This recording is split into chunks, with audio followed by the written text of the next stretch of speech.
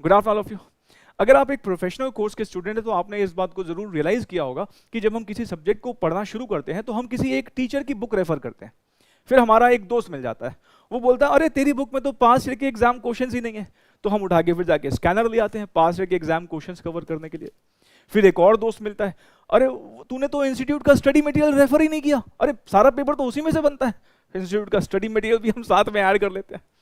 फिर एक और दोस्त मिल जाता है, वो किसी और टीचर से पढ़ा हुआ है, कहता है यार ये जो चैप्टर है ना ये इस टीचर ने बहुत बढ़िया पढ़ा है, इसकी बुक से ही पढ़ना ये चैप्टर। हम उस ऑथर की बुक भी ले आते हैं और वो भी अपने साथ अपनी किताबों में जोड़ देते हैं। अब एग्जाम वाले दिन आप एक बात बताओ, वैसे ही इतना वक्त कम है, ये 4 किताबें देख के ब्लड प्रेशर नहीं बढ़ेगा तो क्या होगा? पैनिक मोड तो एक्टिवेट होना बिल्कुल संभव है।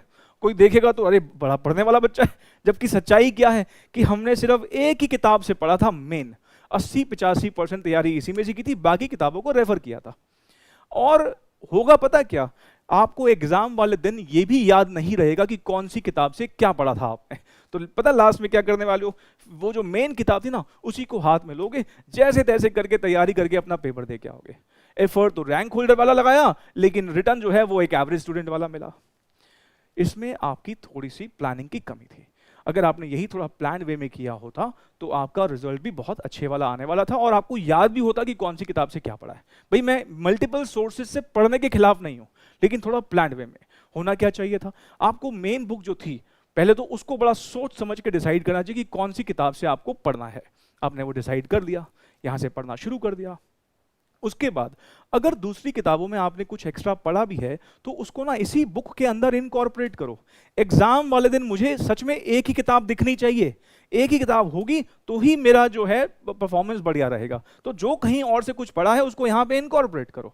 अब इनकॉर्पोरेट करने के तरीके क्या हैं? स्टिकी नोट्स वगैरह आते हैं, या स्टिकी नोट्स छोड़ो, घर में ही A4 साइज के पेपर लेके उसकी कटिंग करके उसमें वो नोट करो उस चैप्टर के साथ। जो अब मान लो एक पर्टिकुलर चैप्टर का एग्जाम क्वेश्चन इस बुक में नहीं है तो उसी चैप्टर के आसपास कहीं पे स्टिकी नोट लगा के उसको यहाँ पे इनकॉर्पोरेट करो। भाई इंस्टीट्यूट ने आजकल वेबसाइट पे गाइडलाइंस और स्टडी मटेरियल सब अपलोड कर रखा है। अगर आपने किसी पर्टिकुलर पेज को वहां से पढ़ा है उसका प्रिंट आउट निकालो, इसी के साथ इनकॉर्पोरेट करो ना। इन सबको साथ लेके चलने का क्या मतलब है जब काम एक ही किताब से बन सकता है? कितना साइकोलॉजिकली आपके ऊपर प्रेशर हटेगा जब एक ही किताब दिखेगी एग्जाम वाले दिन।